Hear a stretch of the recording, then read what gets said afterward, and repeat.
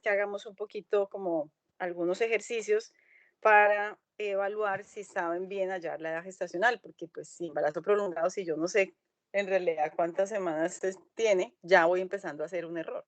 Entonces, para que vayan así como pensando que vamos a hacer algo ahí. Entonces, comencemos.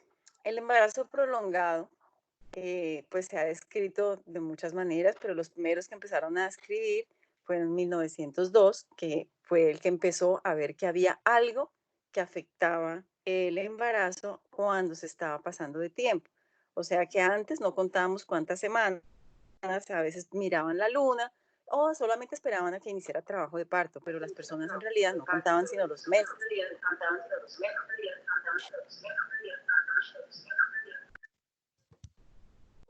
¿Listo?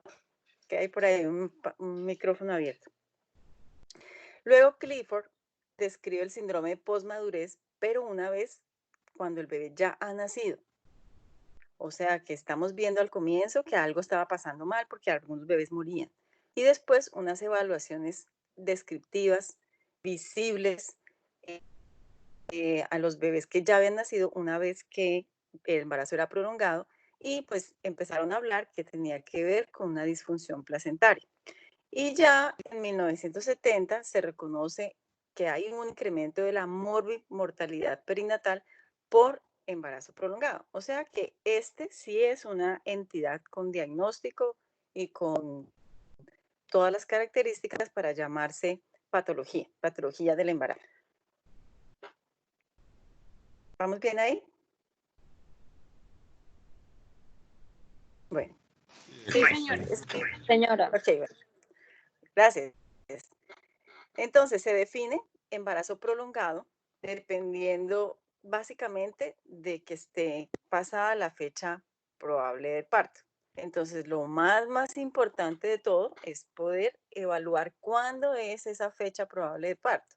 Es un embarazo posfechado, si a ustedes les dicen el término posfechado o prolongado, podrían tener una diferencia de criterio. Entonces, el embarazo posfechado es al que yo le dije que la fecha probable de parto es que el bebé nazca el 12 de abril. Entonces, si estamos a 18 de abril, es un embarazo posfechado. Se habla entonces que se pasa de las 40 semanas o de los 280 días. El embarazo prolongado o postérmino, que se refiere mucho más a eso que les había dicho de la posmadurez, se refiere a los embarazos más allá de 42 semanas. Ustedes se preguntarán entonces, los que han hecho, alcanzaron a hacer algo de rotación, es que nosotros decimos embarazo prolongado a partir de la semana 41. ¿Pero por qué? Porque sabemos que a partir de la semana 40 y media ya empiezan a haber antecedentes y acciones que podemos disminuir en el momento de empezar a tratar esos embarazos después de la semana 40 y media. Pero sí, como Doctora, definición, se está entrecortando, no se escucha. ¿no se escucha bien? Ay, caramba, ¿y desde dónde? ¿Desde qué? No, señora, se está entrecortando.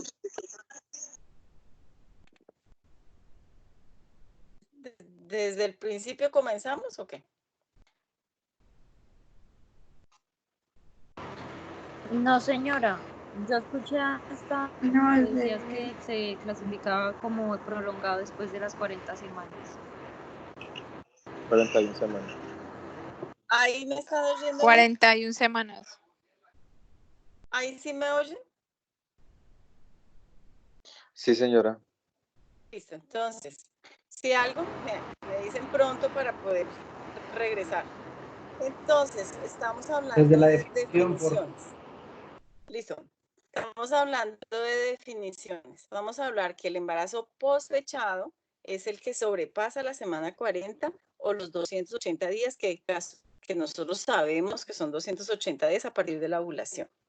El embarazo prolongado es o postérmino es el que supera las 42 semanas o los 294 días, ¿según quién? Según la OMS, según la Federación Internacional de Ginecología, según el Colegio Americano de Ginecología y Obstetricia. ¿Qué sucede? Porque ustedes entonces dicen, entonces, ¿por qué no esperamos a la semana 42? Porque sabemos que entre semana 41 y 42 las posibilidades de que el bebé empiece a tener algo de hipoxia o algo de acidosis son mayores. Entonces, por eso nosotros no esperamos hasta que eso ocurra. Entonces, ¿qué vamos a decir para entre nosotros que estamos haciendo escuela?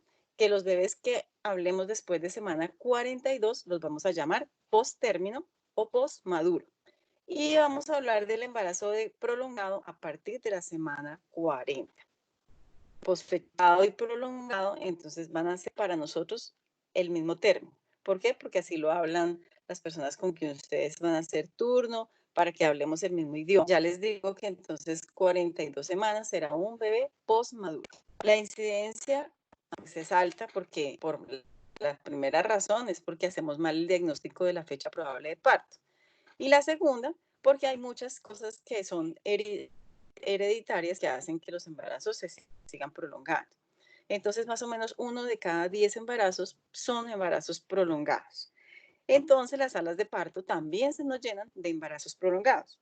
Como el embarazo prolongado es un embarazo peligroso, los embarazos prolongados no se deben manejar en un nivel que no tenga una atención adecuada. Eso quiere decir monitoría, eso quiere decir que tengan todas las cosas que le pueden ocurrir. Ahora vamos a ver qué le puede ocurrir a esas embarazadas y bebés que lleguen a un embarazo prolongado. Entonces, si hablamos según la definición de la fecha de la última menstruación, en este momento, y yo creo que más adelante cuando hablemos de ciclo menstrual y tal, voy a hacer mucho énfasis en la fecha de la última menstruación. ¿Cuál es la que escogemos? El primer día de la última regla. Si nosotros decimos cuál fue el primer día de su última regla, podemos contar con cuál es la fecha probable de parto y cuándo son sus 40 semanas exactas. ¿En dónde hay errores? Cuando le preguntan, pero no le preguntan si fue el primer día y la señora menstrua 10 días y nos dice el último día de la menstruación. Señora, ¿cuándo fue su última menstruación? Nos dice el último día que sangró, por razones obvias de lo que oye. Si ustedes le preguntan cuál fue el primer día de su última menstruación, nos van a hacer un poco más precisa la fecha. Otra que hacemos es que sumamos mal, entonces si sumamos mal, nos podemos entre examinador y examinador perder 3 días de una semana, o sea que puede ser media semana que puede marcar la diferencia. Aquí les doy un poquito más de definiciones, entonces del embarazo prolongado, que hablamos de las 42 semanas según del posttérmino, que supera las 42 semanas a partir del primer día, del postfechado, que es a partir de la semana 40, el posttérmino, que el postmaduro, que quiere decir el bebé cuando uno lo ve, ahora les digo cuáles son las clases, y verdadera fecha probable de parto, que es lo que vamos a evaluar al final de la clase. ¿Dudas o preguntas para poder seguir avanzando?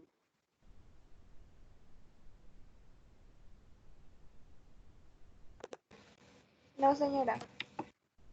Okay. La etiología de por qué los embarazos se prolongan, pues son varias. Muchas, unas que podríamos, digamos que disminuir la presentación de estos embarazos prolongados y otras que no tienen mucho que ver con nosotros, pero que nosotros tenemos que ver a tiempo para que no tengan que llegar esos embarazos a complicaciones. O sea que de las que uno podría, digamos, evitar es el consumo de AINES. Entonces, el consumo de AINES es frecuente porque las pacientes en el último momento de su último mes de la gestación acusan dolor. ¿Por qué? Porque el encajamiento, porque el cansancio, porque el peso, por muchas razones las pacientes se quejan de dolor. La idea es entonces dejar el dolor con algo que no sea propiamente un antiinflamatorio no esteroideo, porque pues va a disminuir las prostaglandinas que necesito que se aceleren para que inicie el trabajo. Otra que nosotros podríamos ayudar es en la que descubrimos que hay una desproporción cefalopélvica. Entonces, si es una mujer de 1,50 y su bebé pesa 4.200, pues no tiene mucho sentido probablemente esperar que el embarazo llegue a la semana 42.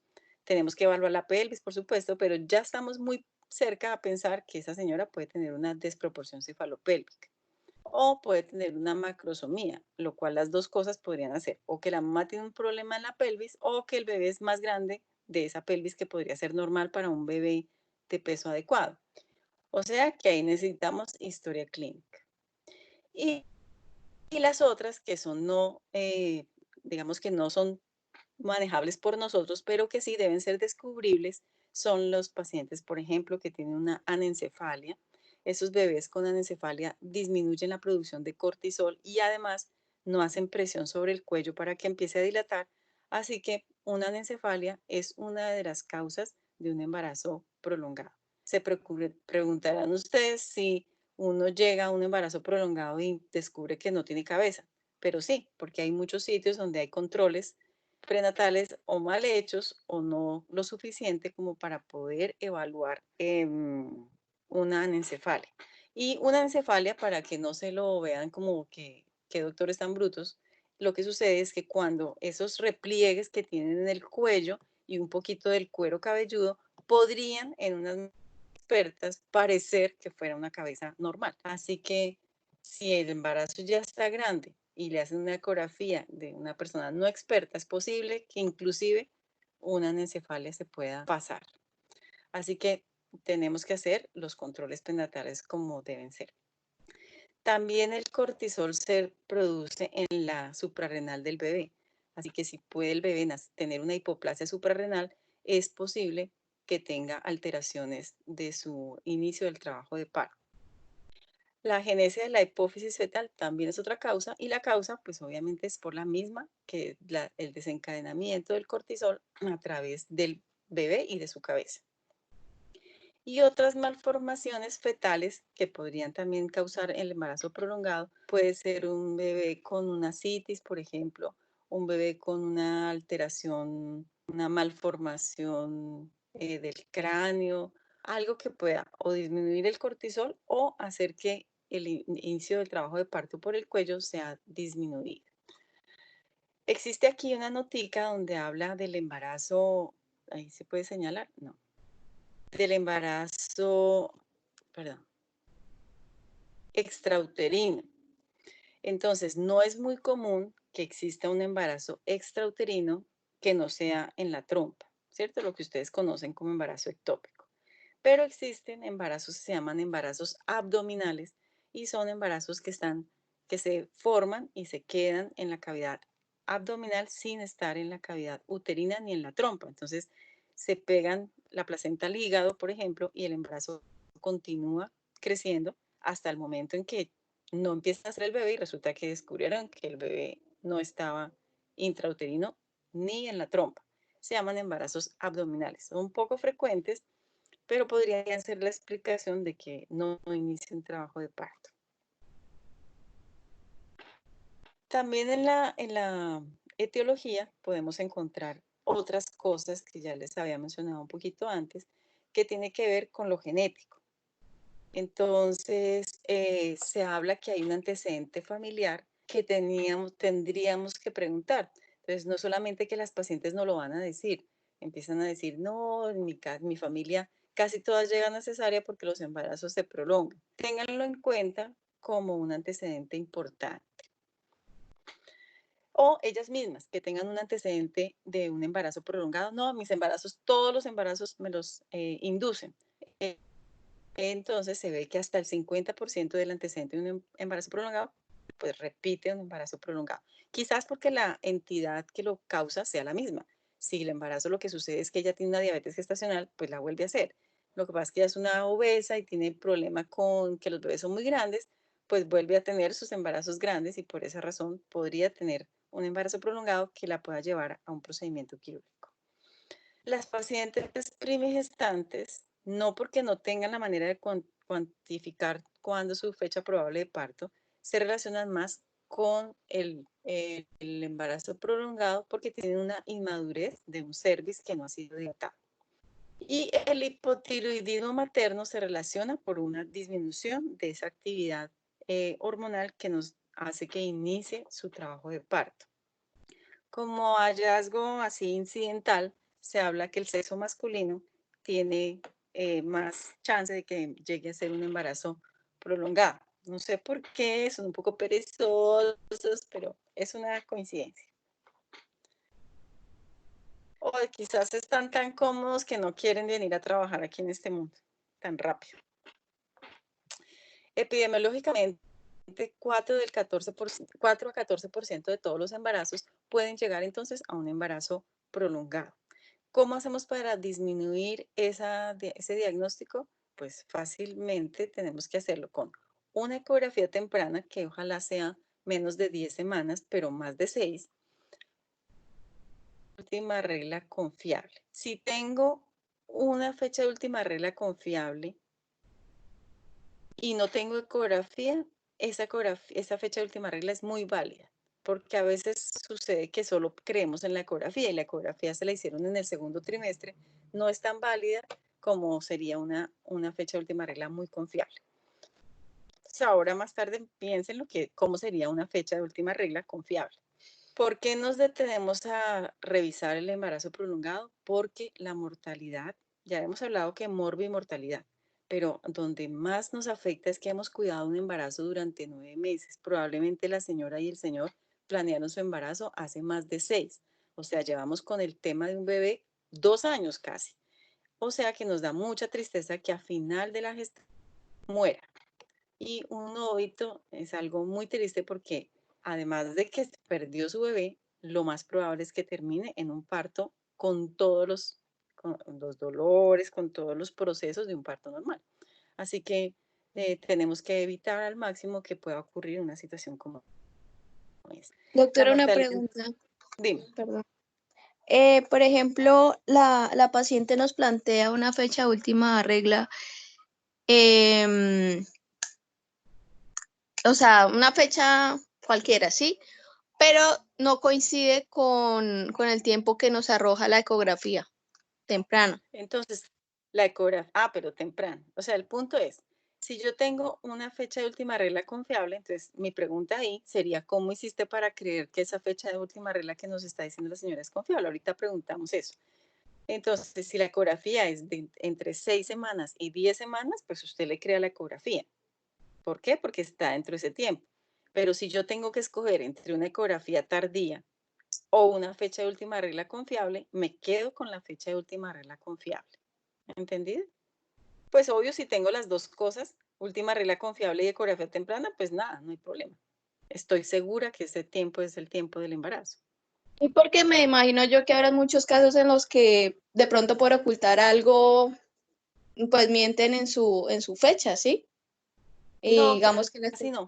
No sabes, las mamás casi no mienten cuando están cuidando su bebé. De toda la gente por fuera o lo que sea, pero casi, no sé si ustedes han hecho muchas historias clínicas, pero en realidad ellas se sientan en un confesionario, ellos no te van a negar casi nada. Obvio, si están dentro de una revista clínica con 7 médicos, pues ahí se pierde un poco la privacidad. Pero en general en una consulta, las mujeres no ocultan eso, porque están preocupadas por cuidar la salud de su bebé. Entonces, donde está el truco es que el médico sí sea el juicioso, escudriñar si la fecha de última regla es confiable, porque ella puede decir, yo me acuerdo que era viernes, no sé qué, esa fecha cumplió mi papá, lo que sea. Pero resulta que cuando yo le pregunte cosas, ahora ustedes me dirán cuáles, yo voy a ir descartando si esa fecha de última regla era confiable o no. O sea, no es solamente que me voy a quedar con la fecha que ella me dé, sino que yo tengo que indagar cómo es ese ciclo menstrual para saber si es confiable o no. Entonces, por lo menos 2 o 3 personas que me digan cómo hago para saber que esa fecha de última regla es confiable, confiando en que la mujer me va a decir la verdad. Eso es lo más importante. Háganle, una. Ah, bueno, sí, señora. ¿Ciclo regular? Si son ciclos regulares. Listo, entonces ciclos regulares. Si se lo preguntan y ella le dice, ¿cómo así, doctora o doctor? ¿Ustedes qué le dirían? ¿Qué son ciclos regulares? Que si la menstruación le llega cada 30 días en los mismos intervalos de tiempo cada vez que llega. Me gustó más la segunda parte de tu respuesta que la primera. ¿Quién dice otra cosa?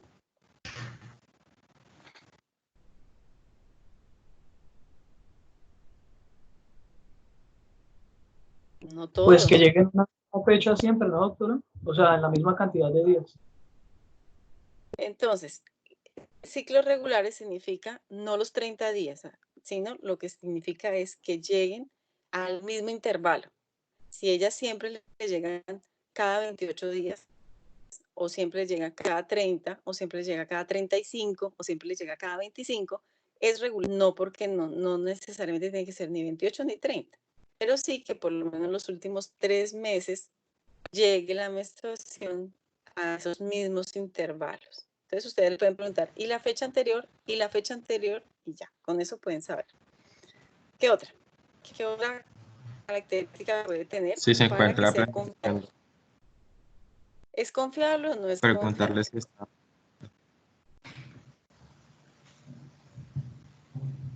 Si está planificando, ¿es confiable o no confiable? No sería confiable si está planificando. Entonces yo te preguntaría, ¿con cualquier método de planificación sería no confiable? Ah, bueno, pues eso sí también depende del método de Estrategia planificación. hormonal, ¿no? Si es hormonal en los últimos 3 meses, entonces no es confiable. Pero si la señora planifica con condón o planifica con el ritmo o planifica inclusive con un dispositivo, pues es confiable. ¿Okay? Un dispositivo no hormonal, ¿no? Dispositivo. Ok, entonces, muy importante que ustedes, como, eso es algo que es importante que lo sepan y uno lo aprende con la experiencia. La paciente que llega a su primer control prenatal y le dicen que su bebé va a ser el 12 de marzo, puede que después la vea el súper especialista. Para ella ese 12 de marzo es sagrado y se quedan con el 12 de marzo. Así que si ustedes hacen, que ustedes seguramente van a ser los primeros que hagan esta consulta y le dicen una fecha errada, todos los controles va a ser errada y ella siempre va a estar en desconfianza, porque ustedes serán los que tienen que iniciar y decirle cuándo van a ser su bebé. Así que es muy importante que en esta consulta, y si ustedes lo ven con los controles prenatales, la primera consulta prenatal dura 30 minutos, es para que la aprovechen los 30 minutos. Y aprovechen es eso, establecer cuándo es la fecha probable de parto. ¿Cómo lo van a hacer? Preguntándole del ciclo, cuándo planificó, bueno, más cosas, ¿no? ¿Cuánto le dura la menstruación? Que sea el primer día, el primer día del ciclo menstrual que me es cierto. Y si yo además le puedo pedir la ecografía o ya la tiene y es temprana, pues es confiable y le aseguro el resto de la fecha probable. Ahora más tarde al final, entonces vamos a ver cómo hacemos para decirle la fecha real, porque uno no se puede ni equivocar ni en 3, ni en 2, ni en un día. Entonces, continuando, es que la mortalidad va a ser el tema que tenemos que disminuir. No queremos que ningún bebé, después de tanto cuidarlo, muere. Y se ve que progresivamente va aumentando hasta 6 veces cuando un bebé se pasa de semana 40. Volvemos otra vez al mundo. Ustedes dicen, pero ¿cómo una señora se esperó hasta la semana 43? Pues muchas razones. Una, le hicieron mal las cuentas. 43 puede ser 42, o sea, pueden ser 4 semanas más, que es posible que lo hayan hecho mal por un mes. No era junio, sino julio, puede ser. Otra paciente que no se acerca a su control prenatal, sino tardíamente. Entonces no sabemos cuántas semanas tiene. O, peor aún, en sitios, países donde hay suficiente atención de las maternas y cuidados, las señoras deciden hacerlo todo tan natural que solo van a ir al médico cuando tengan las contracciones. Y dijimos que a veces las contracciones no llegan en el momento que es. Así que semana 43 puede pasar. Y en semana 43 se pueden morir los bebés hasta 6 veces más si el bebé hubiese nacido a la semana que era. También se pueden morir antes del parto, que son los óbitos, que son muy tristes. Pero no solamente nació el bebé y lloró y ya estamos tranquilos, quiere decir que durante el parto, la mitad de esos bebés en embarazo prolongado pueden morir. Y hasta 6, un sexto se pueden morir en el posparto. ¿Por qué se mueren en el posparto? Porque hacen hipoglicemia, convulsionan, porque no hacen bien el manejo de sus electrolitos. Ni siquiera aún viéndolo llorar al nacer, podríamos asegurar que un embarazo prolongado no lo haya afectado con acidosis o con hipoxia. Entonces hay que pararle bolas a esta situación. Respecto a la mortalidad, entonces ahí van riesgo relativo, ya les voy diciendo cuánto es, tanto que cuando confirmo que tiene 43 semanas, yo a la señora no le dejo ni respirar, toca desembarazarla lo antes posible. porque sabemos que estuvimos de buenas que no se haya muerto aún y se podría morir en el puerperio. Así que es muy importante establecer la verdadera fecha del parto. ¿Cómo hacemos para ir resumiendo? Porque aún con todo eso que les dije, todavía uno podría estar en un embarazo sin control prenatal, con una altura de 32, ella no sabe cuándo fue la última regla, nunca se hizo un control prenatal. Las ecografías entonces ahí me van a disminuir la posibilidad de saber cuántas semanas tiene, aún hasta 3 semanas. O sea que tenemos que buscar otras alternativas que no sea solamente la biometría, porque ya les digo que al final las ecografías no son tan exactas para eso. Entonces miraremos cambios asociados a ese embarazo prolongado. Entonces, ¿qué vamos a ir viendo cuando un embarazo se va prolongando? Se puede alterar el líquido amniótico. Entonces nosotros sabemos que por lógica y capacidad, el bebé es más grande, así que el líquido amniótico va a empezar a hacerse visible más poquito. Pero además el bebé empieza a disminuir su diuresis. Así que como disminuye la diuresis y el bebé está más grande, el líquido amniótico empieza a disminuir a partir de semana 38. Si disminuye en semana 38 paulatinamente, en semana 40 o 41 o 43, cada vez tendrá menos líquido amniótico. Esos cambios de ese líquido amniótico no solamente son en el volumen, también son en la composición. ¿Por qué? Porque entonces ya como el bebé está a término, empieza a descamarse la piel, el lanugo, el vermix, todas las grasitas que ellos tienen ya cerquita del nacimiento, y eso hace que se vea como más opaco, no se ve tan negro como se ve el líquido amniótico en otras semanas, y pues obviamente nos podría decir inclusive que podría haber mayor riesgo de meconio. No tanto como para decir que en una ecografía no puede determinar el meconio, pero sí como para decir que si tiene un líquido amniótico disminuido, un embarazo prolongado y está el turbio líquido amniótico, es posible que eso sea meconio, pero no lo podría uno decir en una ecografía. Si está llegando a ese tiempo en que no sabe qué semanas tiene, pero tiene el líquido amniótico normal, lo que uno podría evaluar es si el líquido está maduro para decir que cuando nazca el bebé no lo saque ahora antes de tiempo y el bebé pueda morir ahora por prematurez.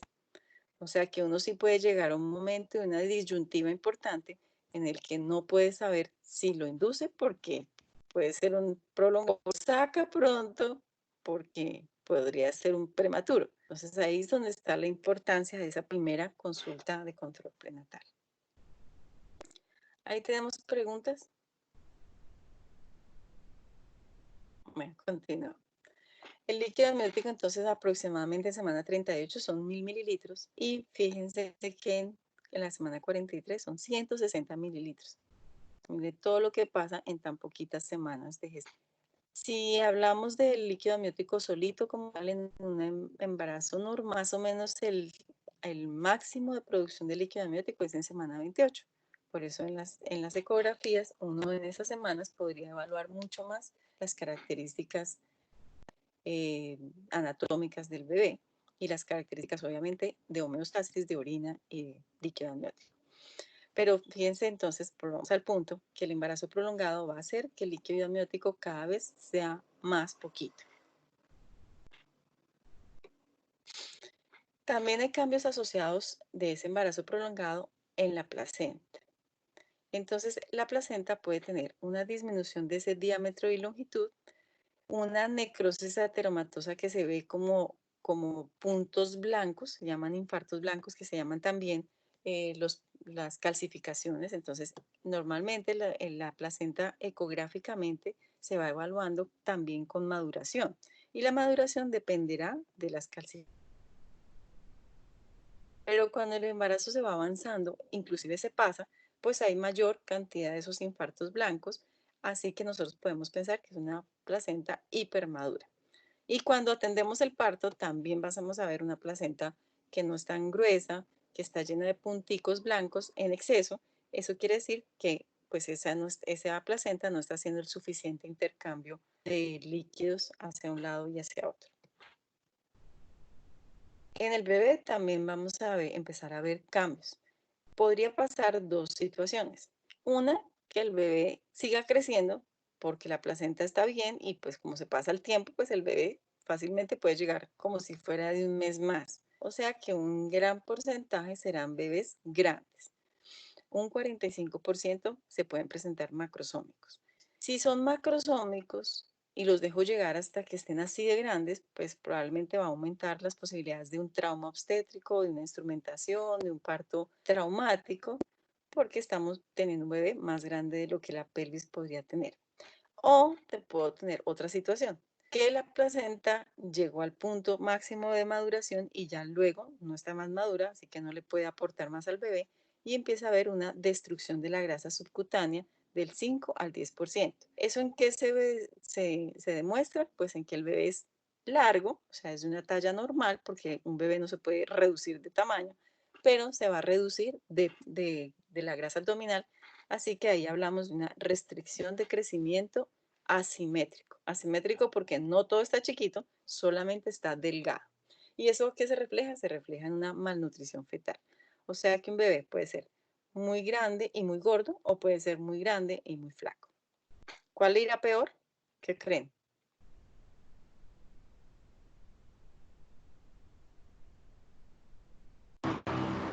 Al Grande gordo, y flaco. al gordo, grande y gordo. Al grande al y grande gordo, y sí, señor. flaco. Al Yo he grande. visto que a los No, gordos. al grande y gordo le va peor, porque además de que los procesos metabólicos los hace pésimo, fuera de eso lo han sacado de una manera terrible, así que el bebé está maltratado por muchas razones. El asimétrico va a tener dificultades futuras, o sea, le va mal en el nacimiento, estamos hablando del parto como tal. Futuramente, ese macrosómico se va a compensar, ese asimétrico no se va a compensar. Así que las dos respuestas podrían ser porque yo no dije exactamente en el parto, pero en el parto le va mejor a restricción de crecimiento asimétrico. Pero en el futuro, su parte pediátrica e inclusive su futuro va a estar más comprometido en restricción de crecimiento asimétrico. Ese es un bebé de esos de restricción de crecimiento asimétrico. En esa foto no se alcanza a ver bien, pero ese bebé estaba meconeado, estaba verde, completamente verde. Tal vez por la cobija no se ve bien, pero bueno, ese es un bebé delgado, se ve como viejito, no sé si le alcanzan a ver las manos, que se ven muy arrugaditas, y el bebé está pues con una restricción de crecimiento asimétrico, porque es grande, larguito, pero es muy delgado y arrugado. O sea, es el único viejo que rejuvenece.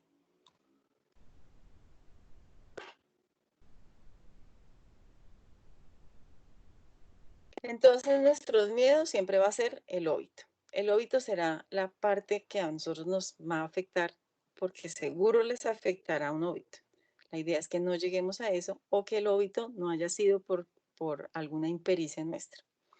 Entonces, la relación directa a partir de la semana 41 se lo van viendo ahí, ¿no? Entonces, hay una relación directa de un óbito a partir de semana 41. Así que nosotros ya sabemos que la OMS, la FIGO y la EICO habla de que semana 42 es un embarazo prolongado. Pero sabiendo que a partir de semana 41 empieza a haber una relación directa con el óbito y el embarazo prolongado, pues nosotros no esperamos a que se presenten hasta 42 semanas para actuar. Una relación de 5.7 en riesgo relativo para restricción de crecimiento, la que ya les dije, y hablan que el óbito fetal también se relaciona con una edad materna mayor, así que con un riesgo relativo de 1.8. Y si se juntan todos, que el embarazo es prolongado, la señora es mayor y desnutrida, pues la posibilidad de óbito es muy. Las otras complicaciones son destinadas básicamente al oligoamnios. Entonces, una, porque no tiene suficiente forma de mover. Otra, no sé si ya en clase les había hablado que qué significaba patología funicular. ¿Alguien me puede confirmar que ya se los he dicho? O si ya lo saben, me lo dicen. Eso no tiene que ver con el cordón umbilical, profe. Todo, totalmente. Cuando ustedes hablen de funicular, no es para ir a Monserrate, sino funicular tiene que ver con el cordón. Entonces, la patología funicular en oligoamnios se refiere a la compresión. Si es el dado caso, aquí es compresión de cordón porque no hay líquido amniótico.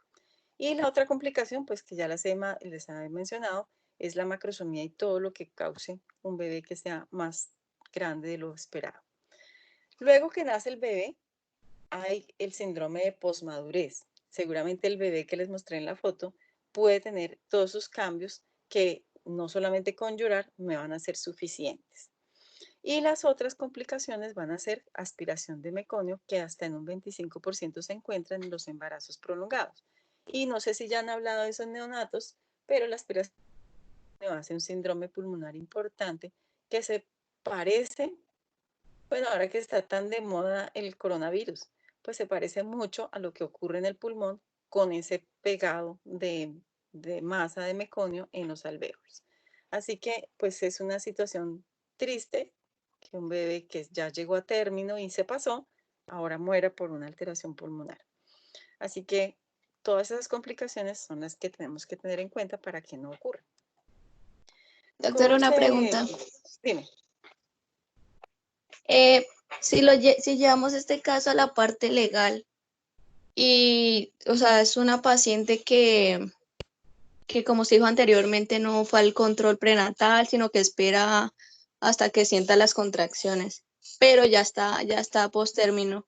Uno cómo lo plantearía en la historia clínica para, o sea, como para salvarse, por decirlo así, Tienes muchas armas para ayudarte en una situación como esa. Pues lo que ustedes no deberían tener en la cabeza es que uno actúa con miedo a un abogado. Porque ustedes van a ver que en esta profesión lo primero que tienen que hacer es que uno actúe como debe ser, independientemente del resultado o independientemente que un abogado quiera ponerle a uno problema. Si uno actúa como debe ser, con conocimiento, obviamente, no solamente rectitud, sino conocimiento, pues la posibilidad de equivocación es menor. Pero aún si pasara una cosa como esta, por ejemplo, que el cálculo fue que la señora llegó y ya llegó con un óbito y ella dice que ese bebé se le murió en la clínica cuando llegó, pues yo tengo todas las cosas para ver que no. Porque, ¿qué llevarías tú? La placenta, la mandas a patología. ¿Qué va a encontrar uno en la placenta? Todos los signos de posmadurez, que ya se los he mencionado, pero que es fácil de recordarlos. Así que las calcificaciones, la impregnación de meconio, la delgadez de la placenta, y si el bebé se murió, pues obviamente la patología del bebé también nos va a hablar de una aspiración de meconio, de un bebé con talla adecuada, pero peso inadecuado, así que no hay ningún lío con eso. Solo que uno no quiere que nadie se muera, así como no quiere que nadie esté en problemado, porque un problema de estos no dura 3 horas ni 3 días, dura muchos años, y a veces ustedes atienden un parto de estudiantes y el problema viene a salir antes, o sea, se puede demandar hasta antes de 10 años que se ha pasado la historia. O sea que en 10 años ustedes son otras personas y tienen que acordarse cómo atendieron un parto. Entonces, por eso la historia clínica es tan importante, y hacer las cosas, obviamente con todas las de la ley, hacen que se disminuyan esas posibilidades de riesgo. Ahora sí, hay una responsabilidad no solamente del médico. Entonces tú también puedes decir, como sociedad y como médico, yo a usted la voy a denunciar porque usted no hizo el control prenatal y mire, hizo que su bebé se muriera. Es más, puede que el bebé no sean de una pareja estable. Ustedes no sé si vieron el caso de una interrupción voluntaria del embarazo, que el papá del niño está denunciando porque quería tener su bebé, ¿cierto? Entonces, si nosotros trabajáramos solo en función de la parte legal, de veras que uno no haría nada. Entonces, ustedes traten las cosas con la intención siempre de sacar las dos personas adelante, con todos los conocimientos. Por eso la historia clínica siempre va a ser nuestra mejor arma. Lo demás tiene mucho que ver con cómo presentamos el caso clínico, porque yo podría quejarme como señora, usted como vino a traerme esta historia, como no cuidó su bebé, yo la puedo denunciar. Sí, entonces nunca trabajen con condicionamiento del miedo. Ese es el peor escenario. ¿Ok? Entonces, habíamos hablado que había un cambio. Inmediatamente empieza el síndrome de posmadurez, que ocurre más o menos entre un 10 y un 20% de todos los embarazos prolongados. Entonces ya vimos que es un alto porcentaje los embarazos prolongados. Y de esos embarazos prolongados, el 20% de estos bebés pueden hacer síndrome de posmadurez. ¿Qué encontramos en ese síndrome de posmadurez? una disminución del líquido amniótico, meconio muchas veces, hipoxia, o sea, si yo le tomo la pulsosimetría o le hago pH, seguramente voy a encontrar alteraciones. Puedo encontrar alteraciones de sufrimiento fetal agudo y crónico y obviamente puedo encontrar la muerte. Entonces, la recomendación sería todos esos bebés que terminan en óbito, es bueno que le hagan una autopsia clínica, no médico legal, sino clínica. Entonces hay unas etapas de ese posmadurez que se llaman las etapas de Clifford. Las etapas de Clifford nos van a decir en qué punto está el bebé en ese síndrome de posmadurez. Entonces, recuerdan la foto de ese bebé que les mostré, pues ahora me van a decir más o menos ustedes qué creerían que en qué etapa está. Entonces, una de las etapas, la primera, es el cambio en la piel. Entonces, la piel se ve arrugadita y el cuerpo se ve delgado. En la segunda etapa tiene esos mismos cambios, pero adicionalmente vamos a encontrar que el bebé hizo un sufrimiento fetal agudo. Puede ser que haya hecho unas desaceleraciones. Y en la tercera etapa, la presencia de meconio antigua, el tinte de la placenta y un oligoamnios. Sin conocer la historia clínica, uno podría presumir que ese bebé en qué etapa estaría. La primera. En la primera. Puede ser en la primera, pero como fue cesárea y les voy contando, pues seguramente no fue la primera, sino la segunda. Pero como además yo les dije que tenía el bebé meconio en la piel, quiere decir que tenía un meconio antiguo. Así que estaría en la tercera etapa. ¿Sí? Pasa que se veía como sonriente, pero no crean, se pasó mal camino. La idea es que los bebés en realidad... Ay, espérate, que no, ahora sí. Ese es otro bebé que tiene otra restricción de crecimiento. Y se ve bien, se ve saludable, pero no sé si lo ven de súper delgado, ¿no? Está flaquito. Pero esos bebés se recuperan en cuanto al peso. Lo que uno no puede recuperar es la oximetría. Si disminuyó mucho, pues esos bebés pueden tener dificultades. A eso me refería cuando hablamos de que es peor una restricción para el futuro. Sobre la morbilidad. Entonces, una cosa es la mortalidad, que ya les dije, no quiero que nadie pase por eso, ni como paciente, ni como médico, pero también hay otras que son graves, porque una cosa es que el bebé muera, hacen un duelo y el bebé murió, pero es el bebé que no muere, porque que no muere y queda muy comprometido. Entonces, ¿qué podría pasar? Si es relativo a anomalías congénitas, pues el bebé tenía dificultades antes de nacer, pero que nosotros hemos debido a haber diagnosticado en ese control prenatal. Eso tienen que tenerlo muy en cuenta. No es culpa del doctor que tenga anomalía congénita, pero sí de no descubrirla. ¿Sí? Si es una anomalía importante como para causar morbilidad, como una hipoplasia suprarrenal o como una hipoplasia renal o como otras cosas que nos podrían hacer que se tenga alteraciones. La hipoxia, entonces una hipoxia prolongada va a tener un efecto para toda su vida. El oligoamnios, que ya les dije que patología funicular será lo más importante, aun cuando en el trabajo de parto ese oligoamnios puede ser el resultado de una alteración placentaria, así que seguramente también va a pasarla mal. No solamente tiene el sufrimiento crónico de una desnutrición, sino uno agudo de una insuficiencia placentaria. Si es de esos bebés que son muy grandes, pues el trauma obstétrico para extraer al bebé, si no se han dado cuenta antes de que el bebé llegue al expulsivo, el síndrome de aspiración meconial, que ya les dije cómo se comporta, y una mala adaptación neonatal, que puede ser una hipoglicemia, ustedes no le paran bolas, o el de neonatos no le mira y hace una hipoglicemia, convulsiona, y ese bebé que no tenía hipoxia, ahora sí la tiene por una hipoglicemia. Sin hablar de una hipotermia o una hipocalcemia. O sea que esos bebés son los que les cuento que si dejamos que aún sobreviven al nacimiento, pueden que hasta la sexta parte de esos bebés puedan morir por mala adaptación neonatal. Así que estar muy pendientes de esos bebés.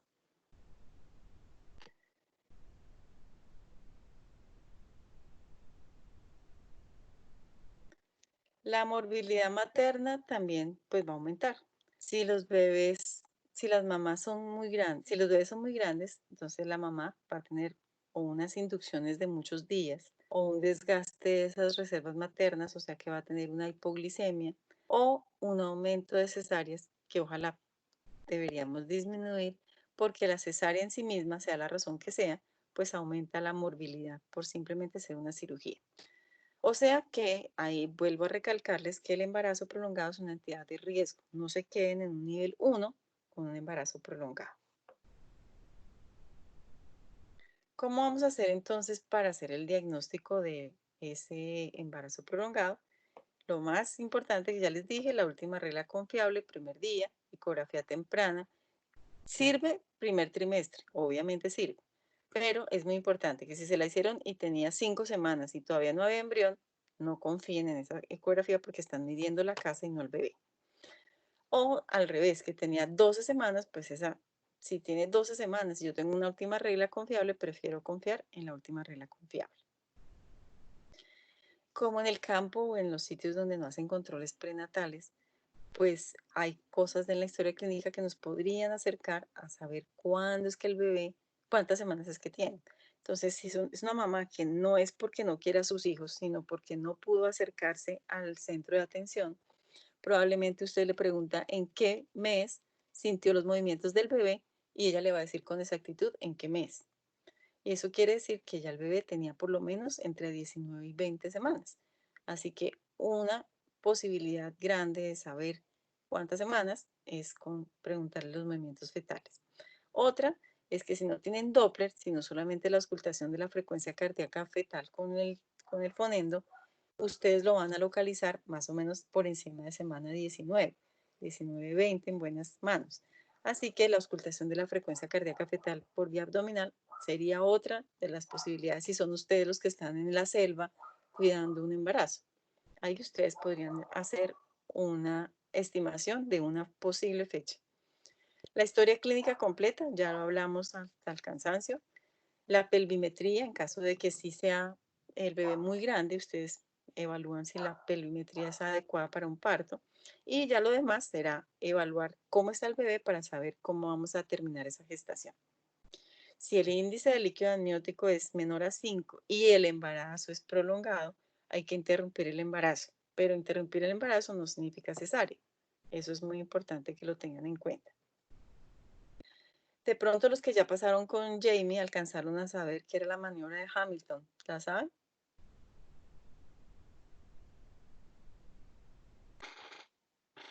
Mucho silencio. ¿Dónde están los alumnos de Jamie?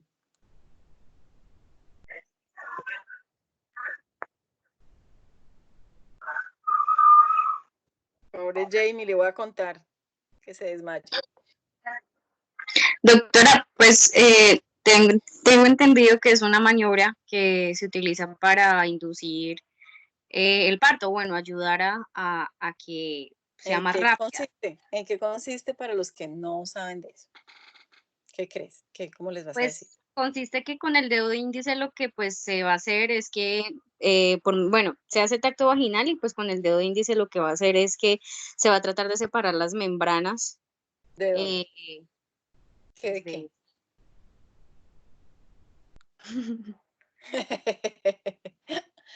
¿Qué de qué y para producir qué? Entonces, separo las membranas de qué? ¿De qué estaban pegadas? De la decidua. Que no. Sí, bueno, suena bonito, pero no hay deciduo en el cuello. Entonces es más abajo. Entonces la estoy despegando del cervix. ¿Para qué? Para despegar las membranas de la óptica de la base del útero, básicamente. ¿Para producir qué? ¿Cuál base del útero que tendría que tener el dedo más largo de la historia para llegar hasta el útero, hasta el fondo, hasta la decidua? No, para producir prostaglandinas que hagan que inicie el trabajo de parto más rápidamente. Obviamente eso que tiene de riesgo, que si rompen las membranas, pues se va a producir ahora una posibilidad de infección. Entonces, no crean que eso es algo que se tiene que hacer rutinariamente. Solo en caso de estos embarazos que yo quiero que inicien pronto el trabajo de parto. Entonces, doctora, ¿y eso se coloca en la historia clínica? Pues se llama maniobra de Hamilton, es porque existe. Miren que con el cervix dilatado, no muy dilatado, porque si no, pues no, ya quiere decir que ya está en trabajo de parto. Pero con un cuellito, por ejemplo, una multípara tiene un cuello casi un poquito dilatado y disminuye la probabilidad, o sea, inicia su trabajo de parto mucho más rápido si yo hago esa maniobra. O sea, no es una maniobra oculta, no es la breva que se está comiendo la señora para tener contracciones, es una maniobra con ciencia, que quiere decir que estamos produciendo aumento de esas prostaglandinas para iniciar un trabajo de parto. En cambio, no así, no pasa cuando hablamos de la estimulación del pezón. Entonces, en la antigüedad de la obstetricia, no había oxitocina como la que ustedes tienen ahora fácilmente, que espero hayan leído mucho de oxitocina. Y entonces se hacía una estimulación natural de esa oxitocina. ¿De qué manera? Con la estimulación del pezón. O los que han estado en partos un poco de enfermeras esas de tiempos aquellos viejos, cuando nacía el bebé, ellas le decían que se estimulara el pezón como unos, ¿cómo era que les decían? Como no sintonizando un radio, como si fueran los botones de un radio. Ahora los radios no tienen botones y la estimulación del pezón, ya sabemos que existe la oxitocina que podemos colocar, que es más controlada y obviamente es menos incómoda para una paciente. Así que para el manejo del embarazo prolongado, ni para disminuir la posibilidad de atonía uterina, la estimulación del pezón no modifica esas dos respuestas. Entonces, si ven a alguien que le dice a la paciente que haga eso, pues quiere decir que necesita oxitocina, ustedes toman el control y le ponen oxitocina. ¿Ok? Entonces, la ecografía. Como no sabemos, uno confía que todas las mamás puedan hacerse sus ecografías cuando son. Pero resulta que la señora pudo ir al pueblo después de la cuarentena a hacerse la ecografía, porque seguro va a pasar eso, ¿cierto? Todas van a quedar embarazadas en este tiempo y entonces saliendo de eso, pues van a hacerse la ecografía. Si es del primer trimestre, ustedes evalúan la longitud, que ojalá pues sea en el primer trimestre, obviamente para que ustedes pongan una credibilidad a esta edad gestacional. Pero si estamos en el segundo trimestre, el valor que tienen que evaluar es el diámetro biparietal, que eso viene siendo de la 14 a la 20 semanas. Si ustedes, en cambio, van para el segundo trimestre, cuando se hizo la ecografía, salió la cuarentena en el segundo trimestre, pues evalúen mejor la circunferencia cefálica. Entonces, circunferencia cefálica importantísima para este segundo trimestre. Y para el tercero, evaluamos mayormente la longitud del fémur. ¿Por qué les digo todo esto? Porque cuando ustedes reciben sus exámenes de ecografía, no vean el resultado final, sino evalúen todas las medidas que le están dando. Si le van a dar 3 medidas y el embarazo ya va a mitad de la gestación, pues ustedes van a evaluar más unas que otras, porque le van a decir diámetro biparietal de 14 semanas, circunferencia abdominal para 12 semanas, longitud femoral para 13 semanas. Ellos promedian y al final le van a dar 1. Pero si ustedes quieren acercarse a esa semana que es tan importante para nosotros, que es de la 40 a 41, entonces estos son los parámetros que ustedes tienen que evaluar. Primer trimestre, pues la medida del bebé completo, que es la longitud cráneo-caudal. Del segundo trimestre, el diámetro biparietal, igual que en el segundo trimestre de la circunferencia cefálica y en el tercero, la longitud del fémur. Si nosotros tenemos la curva de crecimiento todo el embarazo, sería lo ideal, pero pues tengamos en cuenta varias posibilidades. ¿Ahí vamos bien? Sí, señora. Que vamos a ver cómo se maneja entonces un embarazo que nos llegue prolongado, confiando que hagan el diagnóstico de embarazo prolongado. Entonces, si el bebé tiene una monitoría categoría 1 y el líquido amniótico está normal, yo tengo 2 posibilidades para hacer. Una es ver si el cuello es favorable para la inducción, para poder saber si la podemos hospitalizar. ¿Cómo sé si el cuello es favorable?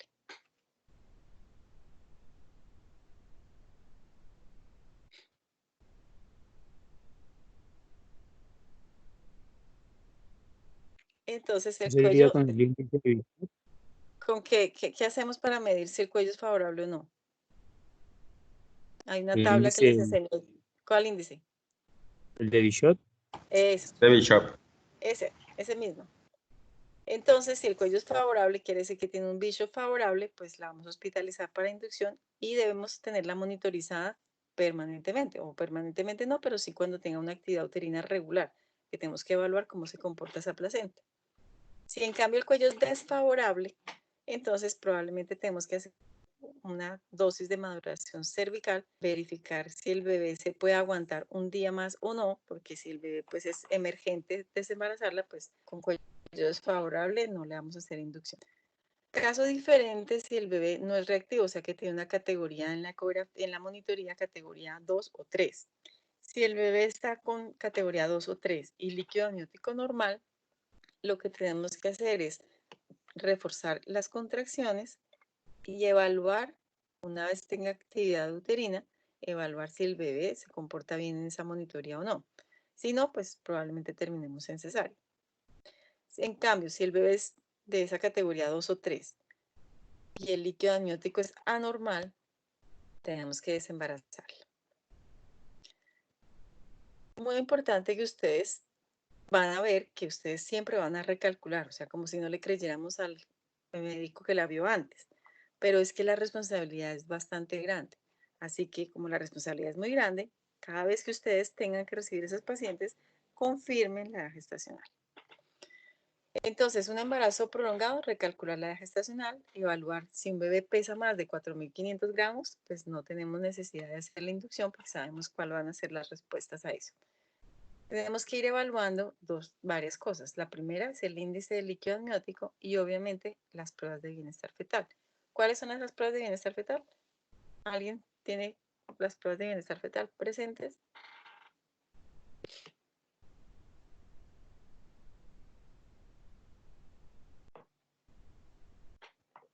La altura uterina, la fetocardia. El perfil biofísico. Entonces, ¿la altura uterina me puede decir que el bebé está bien? O sea, yo le tomo la altura uterina y me da 32 y yo digo, no, ese bebé está divinamente. No. El principal no. No, eso es muy relativo. Sí, porque entonces querría decir que un bebé chiquito o grande, si yo tengo 32 semanas, ¿qué culpa tiene si no? ¿Cierto? Entonces, la altura uterina no me va a decir. El perfil biofísico, sí, doctora. Pero la frecuencia cardíaca, ahora me bolas, la frecuencia cardíaca, para ir en orden, la frecuencia cardíaca fetal solo me va a decir que está vivo. Y pues mínimo yo quiero saber que está vivo, pero no sería solamente con saber que está vivo, quiere decir que está bien. Entonces, esas no son pruebas de bienestar fetal. Una monitoría fetal. Sí, entonces, ¿quién me dijo perfil biofísico? Sí, dentro del perfil biofísico hay una monitoría y hay un perfil biofísico que se llama perfil biofísico modificado, en donde evalúa solo líquido amniótico y monitoría. Entonces, un perfil biofísico sí, una ecografía, entre comillas, no. ¿Por qué? Porque una ecografía me va a decir es el peso del bebé y la edad gestacional para ese momento. Si el bebé está flaco o gordo, me va a dar unas semanas que no son en el último trimestre. Pero lo que pasa es que el perfil biofísico, la mayoría de ese perfil, se hace con el ecógrafo. Entonces, no es una ecografía, es una evaluación ecográfica de qué? Del líquido, ¿cuáles son los parámetros de un perfil?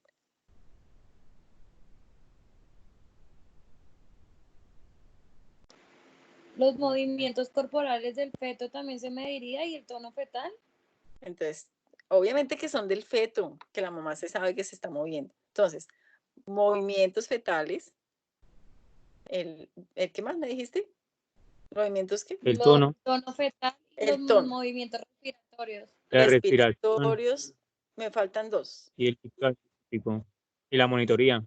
Y el líquido amniótico y la monitoría. Y monitoría. Entonces, el perfil completo es ese que me están diciendo. El perfil modificado, solo la monitoría y el índice amniótico. ¿Cómo hago la evaluación del líquido amniótico? Por ecografía. Entonces, ¿quién me dijo que con ecografía se ve que el bebé está bien? Pues tiene razón, pero no es en realidad una ecografía, sino es una evaluación ecográfica de lo que está pasando ahí. O sea, que en una ecografía convencional uno no va a evaluar el tono ni los movimientos respiratorios. En cambio, en el perfil biofísico sí. Respecto a la Bishop, pues vamos a ver si con el Bishop es adecuado. Si es por encima de 6, podemos dar una inducción del trabajo de parto y también pues dependiendo de esas pruebas de bienestar fetal.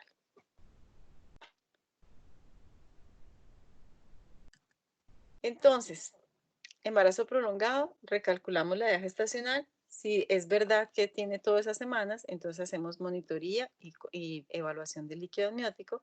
Si no, pues vemos que es error de cálculo. ¿Qué tal que el cálculo era que le faltaba un mes? La mandamos para la casa. pero tenemos que ser muy cuidadosos con eso que estamos haciendo.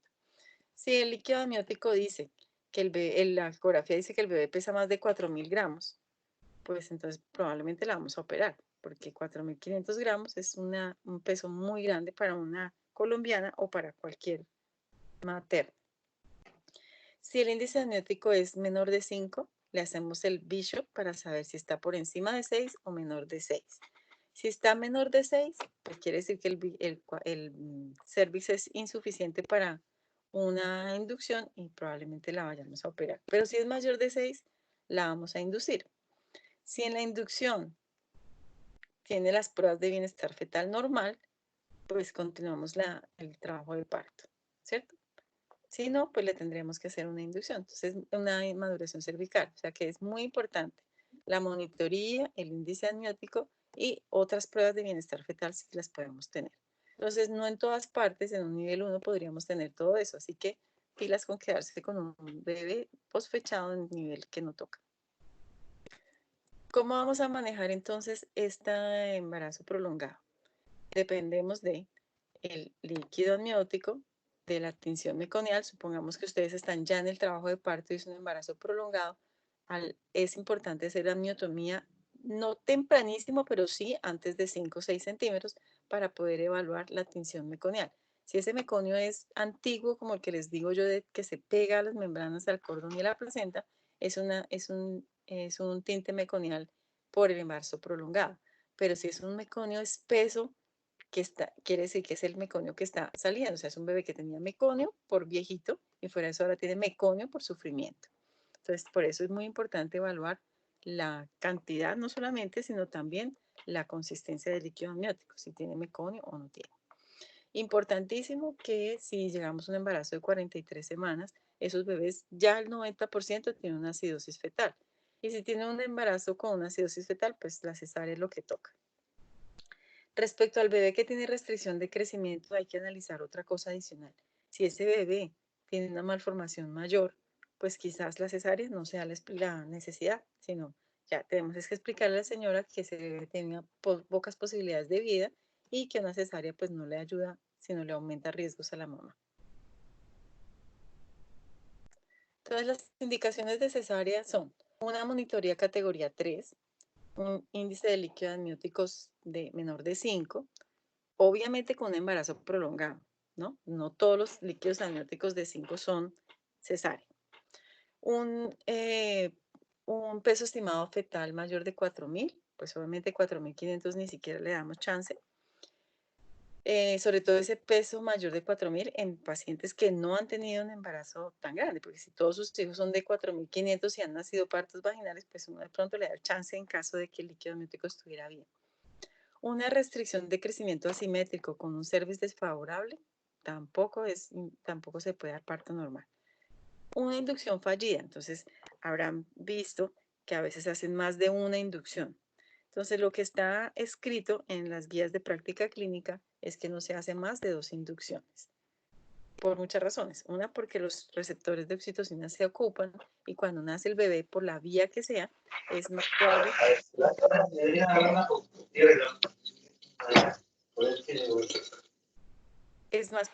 que haya, ¿aló?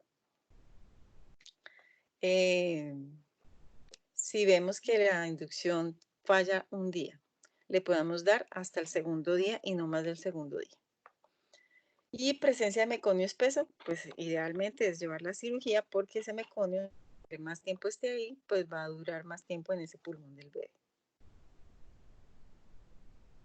Durante el trabajo de parto, clave y muy importante es que se haga una monitoría intraparto en el tiempo de la fase activa del trabajo de parto. La amniotomía temprana que ya les dije y evaluar la posibilidad de una distocia de hombros. Si no recuerdan qué es la distocia de hombros, igual lo vamos a evaluar porque se los voy a dar yo. Pero distocia de hombro es el atrapamiento de los hombros en el momento de la expulsión. ¿Qué debemos hacer? Vigilar a esa mamá, inclusive en esas 2 horas que siempre vigilamos, pero a esta con más intensidad porque tienen mayor posibilidades de sangrados postparto. Y la prevención de sangrados postparto es, primero, estar pendiente, segundo, poner la oxitocina a tiempo que es, Y tercero, tener la reserva del grupo sanguíneo, si es posible, si nos dio tiempo para tener la sangre necesaria para ella. Aun cuando ustedes, no sé si ya revisaron código rojo, con el código rojo tenemos una posibilidad de utilizar la sangre negativa, siempre es mejor utilizar la sangre que es de ella si nos da tiempo.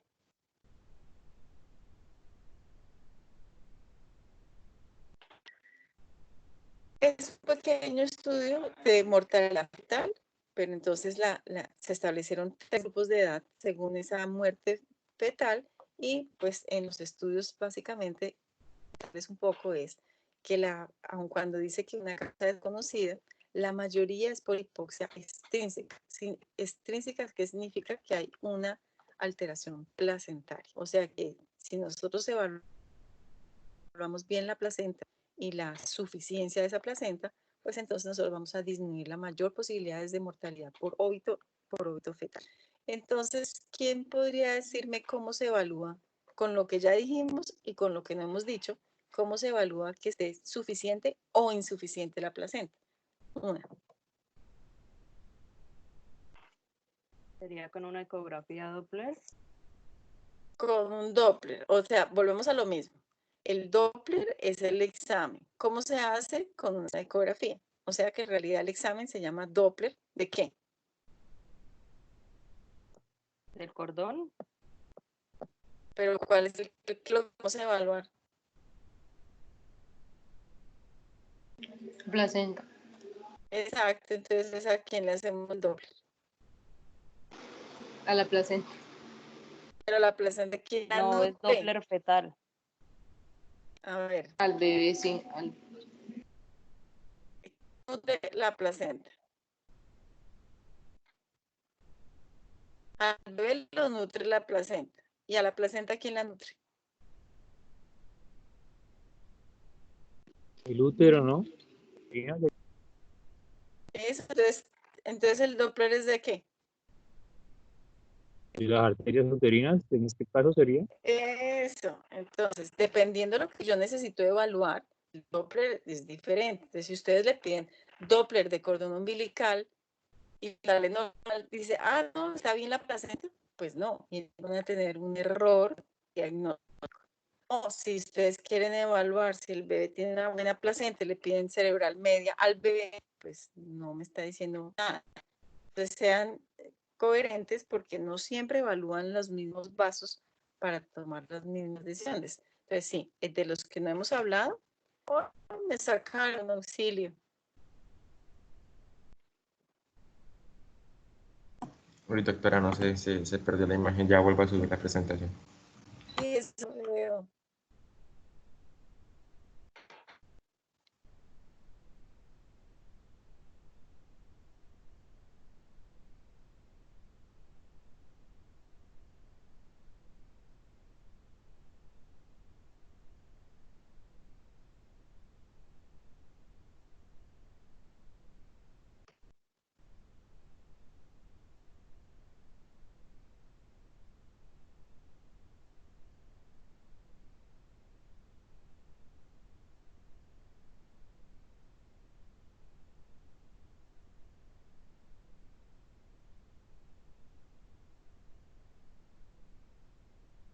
¿Me oyen?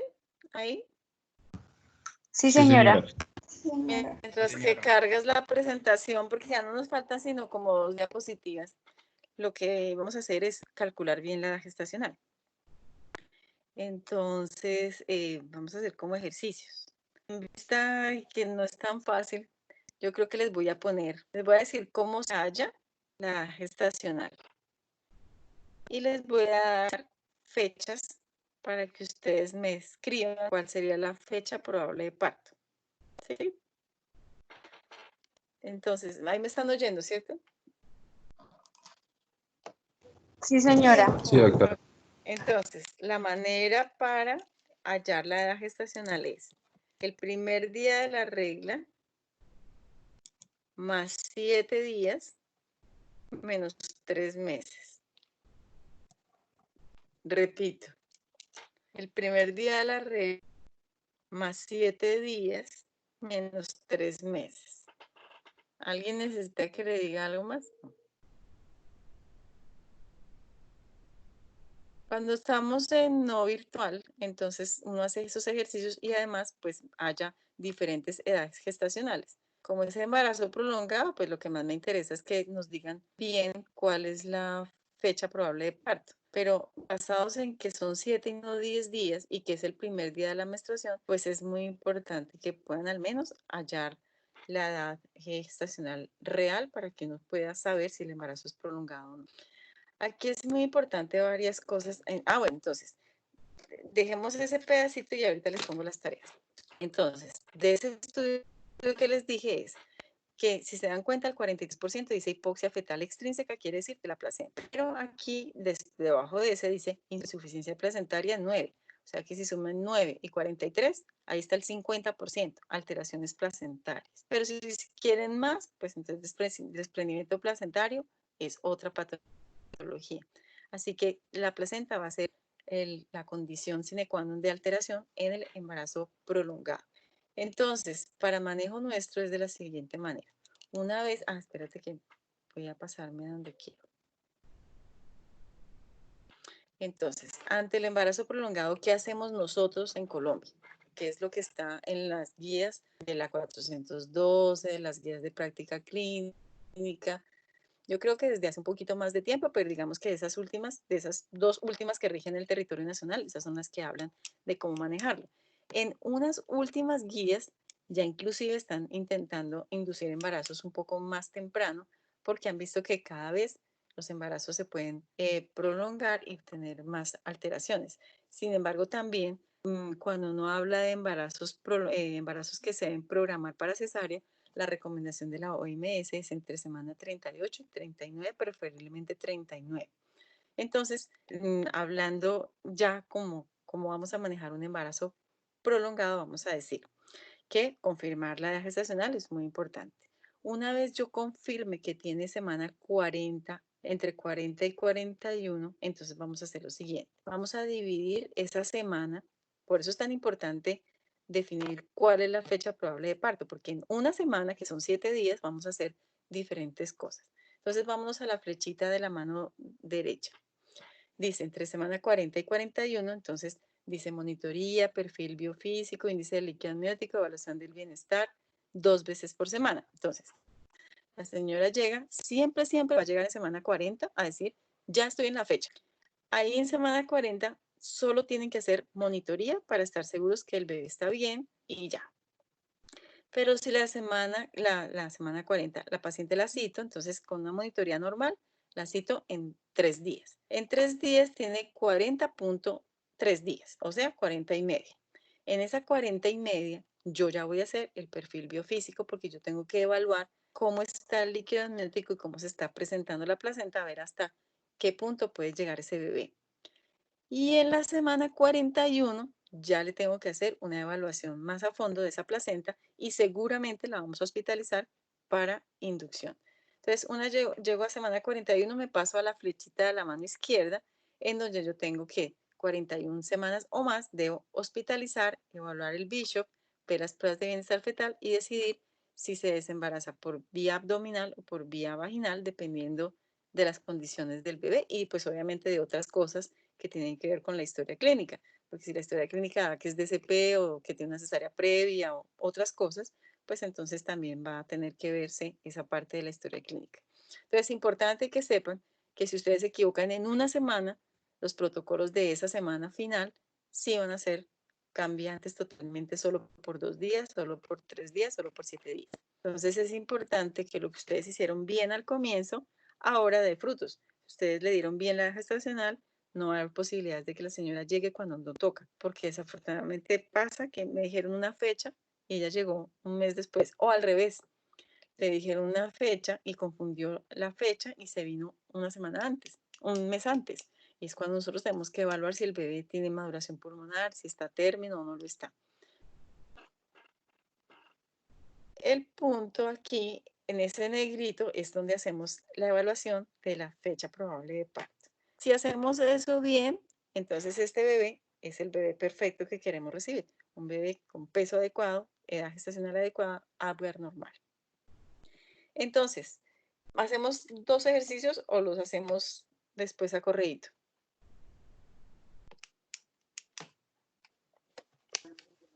De una vez.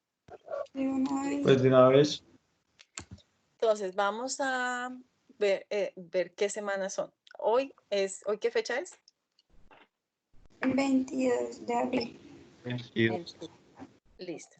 Entonces, suponiendo, hoy es 22 de abril.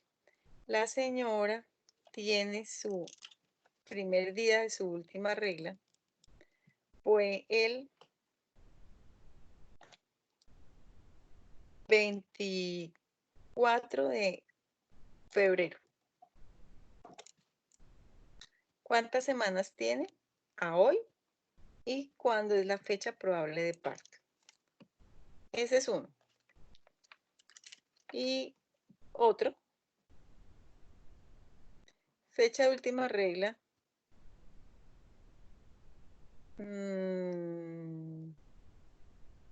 30 de diciembre.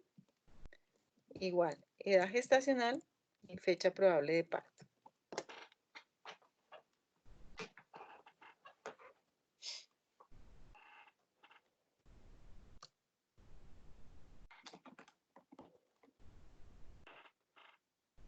Doc, ¿me puedes repetir la última fecha, del segundo caso, por favor?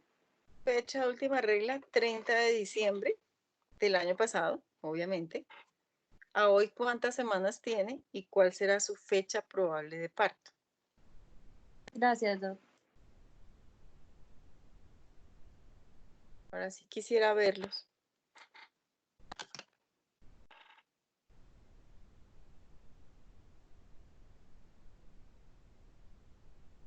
¿Dónde están?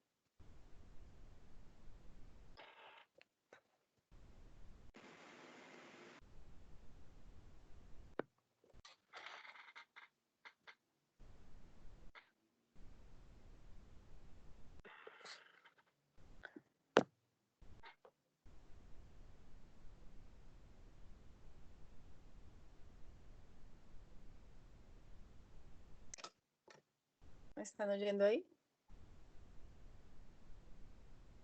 Sí, señora. Sí, señora. ¿Ya tienen alguna respuestica? Sí, señora. Pues la primera me dijo que la fecha probable de parto es en diciembre 2 y que tiene 8 semanas de gestación, según lo que me dijo. ¿Alguien tiene otra? Yo tengo que tiene 8 semanas de gestación y 2 días, y la fecha probable de parto sería para el 30 de noviembre. A ver, hoy es 22 de abril, ¿verdad? Sí. Sí, Bueno, señora. el primer caso es fecha de última regla, 24 de febrero, ¿correcto? Sí, señora. Listo. Al 24 súmenle 7. ¿Cuánto da? Sería el 3 de diciembre, ¿no? No, a 24 Daría es al 7. 2 de 2 de marzo. marzo. Primero. El primero. ¿Cuántos días tiene febrero? Depende, porque si es este año es 29. bisiesto, es 29, y si fue el año pasado fueron Es ¿De qué que estamos febrero hablando? tiene 19 días. Estamos hablando de hoy, de este año, de esta cuarentena. Entonces es este año. No, ¿cómo así que depende? Estamos hablando de hoy, 22 de abril. Entonces, 24 de febrero, ¿cuántos días tiene febrero? 29. Listo. Entonces, 29. 29. Entonces 24 29. súmenle 7 días para que me digan qué día les toca. Al 2 de 2 marzo. 2 de marzo. Eso. Entonces me da que el 2 de marzo vamos a empezar a contar esa fecha. ¿Sí? O sea, a partir del 2 de marzo empezamos a contar el embarazo. O sea que marzo es el mes 3, ¿verdad? ¿Aló? Sí, señora. O sea que si tenemos 2 de marzo y marzo es el tercer mes y restamos 3, me va a dar 2 de diciembre. Diciembre. 2 de diciembre. Exacto. ¿Cuándo empezará la cuarentena? O sea que para enero y diciembre y enero vamos a estar trabajando mucho. Bueno, entonces, eso está bien, ¿sí? Entonces ya me dijeron la fecha probable de parto. ¿Cuántas semanas de gestación tiene hoy? Si estamos hablando 8 de semanas y 2 días. 2 de 8.2. marzo a 2 de abril, 4 semanas. ¿Sí? Son 7 De semanas 2 de, con todo. de 2 de marzo a 2 de abril, 4 semanas. Al 2 de mayo que no hemos llegado, tendría 8. O sea que no tiene 8. ¿Sí? Entonces, ¿cuántos tiene? Me falta un truquito adicional para la gestacional. El truquito adicional es que, pero en este caso no es aplicable. Por cada 2 meses, ustedes le suman una semana. ¿Por qué razón eso? Porque el embarazo nosotros lo evaluamos con semanas lunares. Las semanas lunares son 40 y los meses solares son 9. O sea que 9 por 4, 36. Debería ser 36 semanas. Eso si ustedes le tienen la paciencia a la paciente y le explican, entonces ya va a saber por qué los médicos hablamos de 8 meses y ellas dicen 36 semanas, como así, ya deberían ser 9. Si ustedes le explican bien al paciente que son semanas lunares, son diferentes a los calendarios solares, pues van a encontrar la diferencia a las pacientes. O solamente ustedes les dicen, todos los 2 usted cumple mes y ya no lo tiene que poner a sufrir con las ecografías y las semanas. Entonces, cuando ya hemos pasado 9 meses, tendríamos 36. ¿Y cómo hacemos para contar las otras 4 semanas que nos faltan? Entonces, cada 2 meses le agregamos una semana. Como aquí no han pasado 2 meses, entonces no le vamos a sumar la semana. ¿Sí? ¿Estamos claros ahí? Sí, señora. No. Me hace falta otro pedacito del truco, es la semana tiene 7 días. O sea que yo voy a poner un fraccionario, un fraccionado. Quiere decir que si la paciente tiene, me dijeron 7 semanas, ¿no? ¿Cuántos días le hacen falta para llegar a la 8 semana? O sea, ¿cuántos días nos falta para hacer 2 de mayo? 10 días. ¿10 días? Entonces todavía nos falta otra semana. ¿Seguro que falta todo eso? Espérate, miro, que yo no estoy haciendo, Sí, no estoy es condicionando. 22, el mes tiene Sí, 30. señora, 10 días. Le faltarían 10 días. Entonces ahí tendría 8 semanas, 2 séptimos. ¿Sí? Esa última parte no la entendí, doctora. 8 semanas tendríamos del 2 de marzo al 2 de abril, 4 semanas. 4 semanas, ¿sí? Sí. Señora. Listo. Pero ahora me hace falta contar cuánto me hace falta hasta el 2 de mayo. Para que fueran 8. O sea que todavía nos hace falta 10 días. Ahí están los 7 días de la siguiente semana. Serían 5. Ay, no, sería mucho menos. Esperen que yo no tengo mi calendario acá. Hagámoslo. Tendríamos que... No son 8 ni son 7, son menos. Vamos a ver. Tenemos fecha última regla. ¿Qué? 24 de febrero. Le sumo 7, me da 2 de marzo. De 2 de marzo a 2 de abril tengo 4 semanas, ¿sí? Y no alcanzo a llegar al 2 de mayo porque hoy es 22. O sea, que ¿cuántas semanas hay de este 2 de abril al 22? ¿Tienen calendario ahí? O sea que serían 6 semanas y 6 días. 3 semanas, ¿no? 3 semanas más. Era como 2 semanas. 6 días. Sí, 2 6 semanas, días. 6 Cuando seis digan días. 6 semanas sería, ¿no? No, 7 semanas. Ya Sí, serían 6 7 semanas, semanas. 6 semanas Semanas, 6 y días. 6 días. Exacto. Entonces, cuando me hablen de 6, para que no tengamos que decir mitades, por ejemplo, 4,5 semanas, mejor decir en fraccionado el 7, como que 7 días son los de la semana, y para esos llevamos apenas 6 días, por ejemplo. Cuando me dicen, tengo 40 semanas, 6 séptimos, yo ya sé que el mañana cumple 41. Así ustedes no se van a confundir con las medias semanas ni con los días. Digamos que es un poco más exacto. Entonces ya sabemos, por lo menos con ese primer caso, cuándo va a ser que tiene que nacer el bebé. Le vamos a decir que el 2 de diciembre debe nacer su bebé. ¿Sí? Entonces, todos los 2, ella va a celebrar su mes. Y no va a estar pendiente de cuántas semanas de gestación porque se va a confundir con las ecografías. Ahora, sin hablar de las ecografías que pueden tener una diferencia entre 1 o 2 semanas solamente de un observador a otro, inclusive en el mismo momento de la ecografía. Así que por eso es bueno decirle a las pacientes con claridad cuándo es la fecha probable de parto con esas, con la fecha de última regla si es confiable o con la primera ecografía entre el primer trimestre. Para la otra fecha, dijimos que la fecha de última regla fue el 30 del 2018, 30 de diciembre del 2019. O sea que, ¿cuántas semanas tiene? ¿Cuándo es la fecha probable de parto? El El 6 6 de octubre. El 6 de octubre del 2020. Ese nos quedó más fácil, ¿no? ¿Y qué edad gestacional tiene ahora? 12 Doctora, semanas y un séptimo. Dime. Doctora, yo tengo una duda porque, pues, en ese caso es 30, entonces, pues, No, teníamos que acuérdate cada... que 31. 30 de diciembre y hay 31. Ah, ok, sí, sí. 30 No, de ya. diciembre. Y a ese diciembre, que es 12, le quitas 3 meses. Entonces ahí nos da, diciembre es 12 menos 3. 12 menos 3. Septiembre. Claro, los de diciembre son en septiembre. Yo nací en septiembre, así que yo soy de diciembre. En septiembre. Pero recuerda, momento, hay un truco que ese es justo el error que quiero para que no se equivoque. Como diciembre, nosotros le estamos sumando 7. Ya no es diciembre, ya es enero.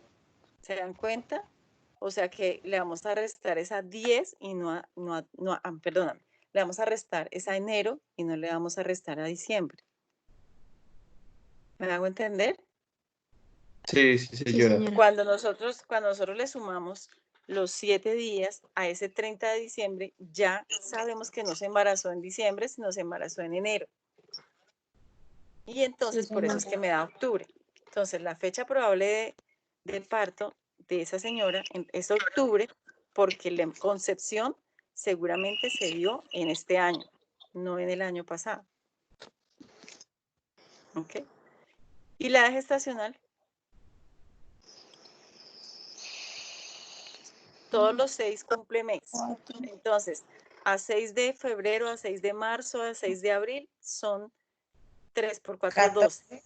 12. 12. Por cada 2 meses le suman 1, o sea que ahí van 13. 13.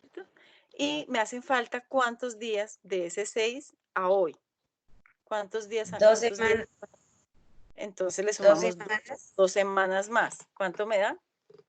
15.2. 15, 15 exactamente. séptimos. Eso, perfecto. Así que las que ya me contestaron bien le tienen que enseñar a los demás que no me han respondido. No crean que el examen no les voy a preguntar edad gestacional y fecha probable de parto, así que pónganse a practicar. Está bien. Ok, ¿preguntas? Ay, lo de las semanas. ¿Qué? Doctora, porque por ejemplo, es que quedé enredada con lo de las semanas. Porque, por ejemplo, se cumpliría mes los 6, ¿cierto? Entonces sería Del último caso, febrero, ¿cierto? marzo, abril. Del último caso, ¿cierto?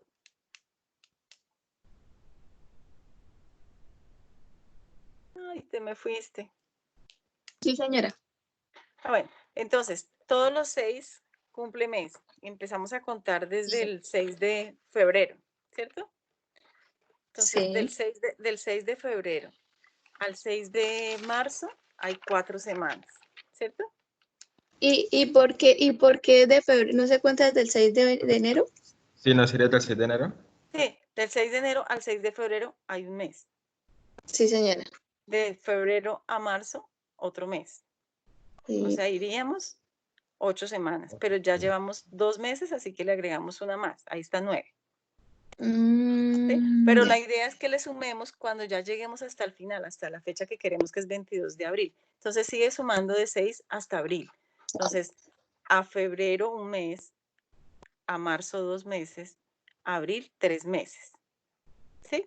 Al 6 de abril. Como ya pasaron 2 meses, pues ya vamos en 3 meses, entonces quiere decir que le sumamos una semana más, entonces van 13. Y ahí vamos al 6 y estamos a 22. O sea que ahí nos quedan 6, 12 días. Exactamente 7, ¿cuántas semanas? Nos quedan 2 semanas más, ¿cierto? Sí, 2 semanas más. 2 semanas más y nos faltan unos días. Esos días son los que son en fraccionado. ¿Sí? Como para decir que tengo la semana de los 7 días, de esos me hacen falta. ¿Por qué? Porque cuando ustedes estén evolucionando un paciente, día a día tenemos que irle evolucionando también los días. O si no, la señora se queda con semana 32 por muchos meses, porque todos los días evoluciona lo mismo. Entonces, aquí tenemos que ir evaluando. Entonces, 32 semanas, 5 séptimos. El jueves seguramente vamos a decir que 32 semanas, 6 séptimos, y así hasta que lleguemos a semana 33, para que no nos vayamos a equivocar. ¿Sí? Entonces, esto es como las matemáticas, toca exactos, porque si no nos podemos equivocar. Y darle la certeza a la señora de que lo estamos haciendo bien, porque lo peor que le podemos dar a una señora es como el temor de que estamos calculando mal, y ellas ya saben, pregúntenle a cualquier mamá, ellas ya saben que los bebés se pueden morir si se pasan de tiempo. Entonces, por eso empiezan a ir a consulta y a consulta desde semana 37 o 38. Y los vecinos le dicen, ¿y ese bebé todavía no ha nacido? Y sí, entonces la presión social es muy importante. Si ustedes le dan la certeza de cuándo es la fecha probable de parto, esas señoras van tranquilas. Entonces, practiquen, pongan diferentes fechas ahí, se ponen a practicar. Y si tienen dudas, en la próxima me dicen. Bueno. Sí, señora. Listo. Gracias, Bueno, señora. que tengan Vale, buena noche. gracias. Hasta luego. Hasta luego. Me mandas el link. Sí, Altera, tan pronto carga el video, te lo mando. Ok. Un abrazo a todos. Vale. Hasta